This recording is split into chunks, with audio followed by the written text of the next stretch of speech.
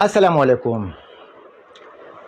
زه خو غواړم چې دا پروګرام د زما ورېرې هم وګوري، واده شوي دي، زما خورزې دي هم وګوري چې کومې واده شوي دي، که کومو کورونو کې هم ناست دي. ستاسو فیصله هم په تاسو باندې، په دې کې به د جنسي آزاد ذکر کېږي. چېرې تاسو خپلو زنانو باندې دا پروګرام اورېدل غواړئ یا نه غواړئ، په دې کې به صرف د جنسي آزاد ذکر کېږي او غرض پکې زما رهنمایي کول دي. لیکوریا څه شی دی او دا ولې کېږي؟ د دې ورونو کم کسان مختصره خبره غواړي، د دې نه د جوړ څه تعلق شته، نه هډوکي څه تعلق شته، نه مغزو څه تعلق شته، نه د سترګو د نظر څه تعلق شته، او نه دا انسان کمزوری کوي. دا مختصر به د زنانو چې کوم ریپراډکټیو سیستم دی، چې کوم نظام تولید دی، کوم ځای کې چې ماشوم پیدا کېږي، هم د هغه ځای مختصر د دغه دوو ارګنو بیماري ده چې یو ته ویل کېږي بچیدانه او یو لاندې چې کوم ارګن دی د دغې بیماري ده. اوس د دې دوه قسمه دي. دا خو د مختصرو کسانو دپاره شو چې کوم کسان وایي چېرې مختصر خبره وکړه. اوس چې کوم کسان وایي چېرې موږ په ځان په زور زیر باندې پوه کړو، نو د لیکوریا دوه قسمه دي. د دې په دې خپل نوم کې خپله معنی پرته ده. لیوکو LEAUCO، لیوکو او RRHEA. لیوکو ویل کېږي سپین ته او ریا ویل کېږي بهېدلو ته. مطلب یې دی د سپینو اوبو بهېدل. د دې دوه قسمه ورونو، یو ته ویل کېږي فیزیولوژیکل، یو ته ویل کېږي پیتالوژیکل. فیزیولوژیکل هغه لیکوریا وي چې کله جنۍ بلوغت ته ورسېږي، نو د دې چې کومې برست دي دا به غټېږي، د دې چې کوم زنانه کوم ارګن دي چې کوم معنې ماشوم د دې کېږي، ټوټل هغه ارګن د دې د غټېدو دپاره به د دې په وجود کې الله تعالی د اسټروجن لیول سیوا کوي. د اسټروجن هارمون به سیوا کېږي، او چې کله د اسټروجن هارمون سیوا کېږي، نو دا به چې دانه ده زموږ سره، او د دې لاندې حصه چې ده دې ته ویل کېږي سروکس، او د لاندې بیا ویجاینه ده. نو په دې کې ګلینډز لګېدلي دي. په دې کې بیا د دغه ځای نه د دې اوبو سیکریشن شروع شي، کومې ته چې لیکوریا ویل کېږي. بیا کسان ویډیو اوږدېږي نو که ډېر تفصیل کې پکې ځم. بلوغت په وخت کې به دا کېږي.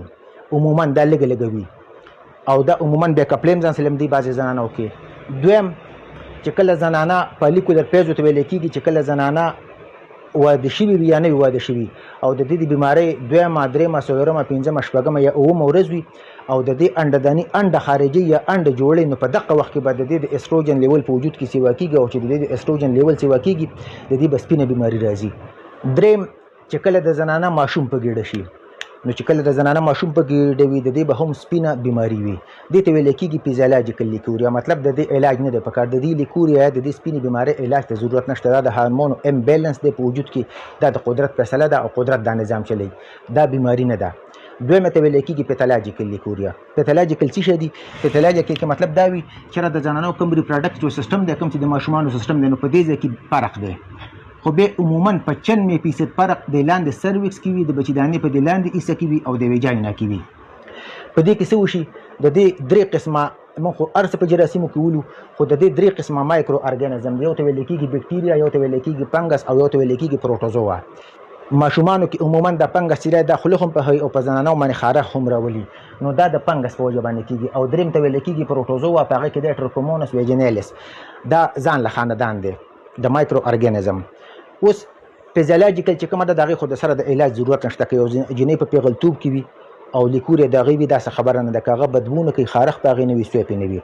یو جنۍ چې ده پیغله چې ده، یا واده شوې زنانه ده، او هغه فالیکولر پیز کې ده، د بیمارۍ درېیمه، څلورمه، پنځمه، شپږمه، اوومه ورځې ده، نو په دغه وخت کې په انډهدانۍ کې انډه سازي کېږي، او په دغه وخت کې هم د اسټروجن لیول سیوا کېږي. او چې کله د اسټروجن لیول سیوا کېږي، دا د فطرت کار دی چې دې ځای نه به لیکوریا شروع کېږي. هغه به هم بدبو به نه کوي، او خارښ مارښ به نه وي، سوی به نه وي، درد به نه وي. او درېیم چې کله زنانه حمل وي، دا خو به پرېږدو. بیا چې موږ کله پیتالوژیکل راځي، نو په پیتالوژیکل کې به بیا موږ وجې ته ګورو چېرې په دې کې آیا دا بکټیریا ده، که دا فنګس ده، که دا د پروټوزوا په وجه باندې ده. اوس چې کوم د بکټیریا په وجه، نو هغې کې د ټولو نه چې کومه لږه لانجمار ده، نو هغې ته ویل کېږي نزیریا ګنوریا او کلیمیډیا ټریکومیټس. دا داسې زنانو کې دا عموما بار بار راځي.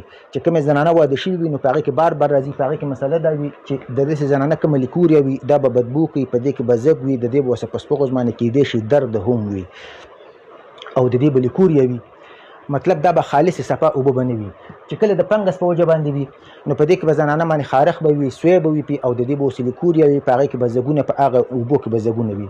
چې کوم د پروټوزوا په وجه باندې وي، په هغې کې به خارښ مارښ نه وي، سوی به پکې نه وي، د هغې به لیکوریا وي، په هغې کې به زګونه وي، او هغه به بدبو کوي. په دې کې اوس په زنانو باندې دا څیزونه ولې بار بار راځي؟ د دې نه علاوه دا سیزونه دې ته ویل کېږي سیکشوال ټرانسمیټډ ډیزیز. د داسې زنانو که فرض کې په خپله باندې خپل علاج کوي داسې طور سره د خویندو په شکل کې یا زموږ د لوڼو په شکل کې یا د میندو په شکل کې، نو په کار ده چې هغوی اوس د خپل خاوند هم علاج وکړي. که فرض که داسې زنانه خپل علاج وکړي او د خاوند علاج ونه کړي په دغه دوران کې د خاوند نه دا پرهیز ونه کړي، نو دا تکلیف به دې طور سره ته څلورمه پنځمه یا شپږمه ورځ باندې بیا شروع کېږي. که د پروټوزوا په وجه باندې وي نو که فرض که مطلب دا هم سیکشوال ټرانسمیټډ ډیزیز کې راځي. که فرض که دا د خپل خاوند علاج په دغه وخت کې ونه کړي او دا د خپل خاوند نه پرهیز ونه کړي، د دې علاج نیمګړی پاتې شي، نو دا به دې باندې بار بار کېږي. خلاصه خبره څه ده چې لیکوریا داسې یو بیماري ده چې لکه څنګه د یو ماشوم خوله پخه شي او د هغه نه لاړې راځي، نو په دقه طریقه د زنانو چې کوم سیستم دی د بچو د راوړو چې هغې کې دا فیلوپین ټیوب دی، دا یوټرس دی، دا سروکس دی، د یوټرس لاندې ایسه ده او دا ویجاینا ده. عموما په دې کې دا ځای بیمار وي، دا لږ ځای. په بعضې کیسونو کې هغې ته ویل کېږي PID پیلویک انفلیمیټري ډیزیز، چې کله د سوزاک بیماري په چا باندې بار بار راځي او د هغې صحیح علاج ونه شي، نو عموما پیلویک انفلیمیټري ډیزیز کوي او دا ټوټل به جینانه هم ځان سره ګیره کړي او د فیلوپین ټیوب دا هم ځان سره ګیر کړي. د زنانو په دې زمانه بیا ښه شدید درد وي او د هغوی ورسه لیکوریا هم وي. نو موږ به علاج د څه شي کوو؟ موږ به علاج چې د دې سیز علاج کې د دې سیزونو، نو د دې سیزونو ټول نه بهترین سیز انټي بایوټیک دی. په انټي بایوټیک کې بیا ډاکسیسایکلین ګروپ چې کوم دی دا پکې بهترین سیز دی. که زنانه حمل نه وي اله، که فرض کې یو زنانه حامله وي نو بیا پکې ایزیترومایسین دا دی پکې. که فرض کې یو زنانه فرض کې حمل نه وي او د دې سیزونو څخه بیا هم نه ټیکېږي، نو بیا مختلف سیزونه په دې کې د میکرولیټ ګروپ هم استعمالیږي او سیفالوسپورین ګروپ کې سیپټراکزون ته ویل کېږي، اکسیډل مکسیډل چې موږ تاسو یادو یا ډیلاین، دا سیزونه پکې زبردست کار کوي. که یو زنانه فرض کې اوږده بیماري کړې وي او د هغې بار بار های انټي بایوټیک استعمال کړي وي، نو چې څنګه ماشومانو له د پوډرو بوتل خېټه خرابوي او د هغه سره خېټې نه اوبه روانېږي، په دقه طریقه چې کله زنانه د زخم دوا نه ډېرې زیات استعمال کړي، نو په دې ځای کې د دفاعي خپل خلیې دي، خپل د دفاع دپاره خپل جراثیم دي په دې ځای کې، لکه څنګه چې ورته موږ ګوډ بکټیریا ویو. نو د زنانو چې کله هغه بیډ بکټیریا دپاره دا کم علاج کوي، که فرض که دا د سپوغز دپاره علاج کوي، که دا د بچیدانې دپاره علاج کوي، که دا د ګردې دپاره علاج کوي، دا د مرو دپاره علاج کوي، نو چې په دې ځای کې کم ګوډ بکټیریا دي د هغې تعداد هم ورسره ختمیږي. د نورو جراثیم سره د مفید جراثیم چې کوم دي دا ورسره هم ختمیږي. چې کله دا په تعداد کې کم شي، نو په داسې زنانو باندې عموما بیا خارښ راځي او سویپې راځي.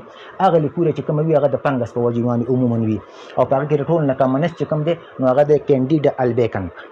بیا به په داسې زنانه به په دې کې به انټي فنګل چې کومې د اوسپونې دپاره کومې دواګانې عموما استعمالیږي. ډاکټران په دې کې به دا شی ورکوي چې ورته ویل کېږي فلوکونازول. ماته مریضان رالو دا پکې استعمالیږي او بیا په دې کې کلوټرایمازول دا پکې ډاکټران ورکوي، میډیکل دغه سازي کړي دي کفنو والا کلوټرایمازول او مایکونازول دا په کریم شکل کې راځي. نو ډاکټران پکې فلوکونازول ورکړي 150 ملي ګرام کپسول ورته وایي چې د دې نه یو کپسول په هفته کې خوره او دا مایکونازول یا کلوټرایمازول دا کریم دی دا زنانه دن نږدي. که فرض که د پروټوزوا په وجه باندې نو په دې کې بیا میټرونیډازول کې فلاجیل ګولۍ چې دي په دوه طریقو د دې علاج کېږي، یا خو یوه ګولۍ سهار یوه غرمه یوه ماښام د 7 ورځو پورې، یا 4 ګولۍ د دې سنګل ډوز دی. خو زموږ تور سره عموما د دې نه هېرېږي او دا ګرمې دي دا یخې دي، نو بیا ډاکټران ورته وایي یاره د فلاجیل نه یوه ګولۍ سهار یوه غرمه یوه ماښام خوره او په دې کې یو څیز بل راځي چې د هغې ته ویل کېږي ټینیډازول د پیسیجن په نوم باندې یا د ټرایکوجن په نوم باندې. دا هم 4 ګولۍ کې په یو پیره باندې استعمال کړي بیا مختصر ترین علاج دی او میټنوي مرهم راځي که دغه زنانه دن نه کېږي میټنوي او زیات نه زیات 72 غنټې دا علاج وکړي دا اوس الله تعالی ټیک کوي. خلاصه خبره زما د خبرې څه ده؟ خلاصه مطلب مې څه دی؟ زه چې اینه مزه ډېر زیات خفه شم. موږ رزق د انسان په جیب کې ګورو او که موږ پراخه رزق ګورو نو پکار دی چې موږ باید د انسان په جیب کې نه بلکې موږ د الله تعالی په خزانو کې وګورو. که فرض که مال یو مریض راشي لکه ماته اوس دې خو همدا د یو بچی ولاړ دی، دې خو ماته یو بچی دوه ناست دي، که زه چېرته مطلب د دوی په جیبونو کې رزق ګورم او زه دوی را تش کړم د دوی جیبونه مکمل را خالي کړم نو دوی نه به زه 2-3 روپۍ واخلم، خو الله تعالی به ماله په هغې کې برکت نه اچوي. نو موږ له چې کوم د هیلث سره ریلیټډ کسان دي زه هغه ورونو ته هغه کشرانو ته مشرانو ته همزولو ته د عرض کوم چې تاسو کسان غلط مه جج کوئ.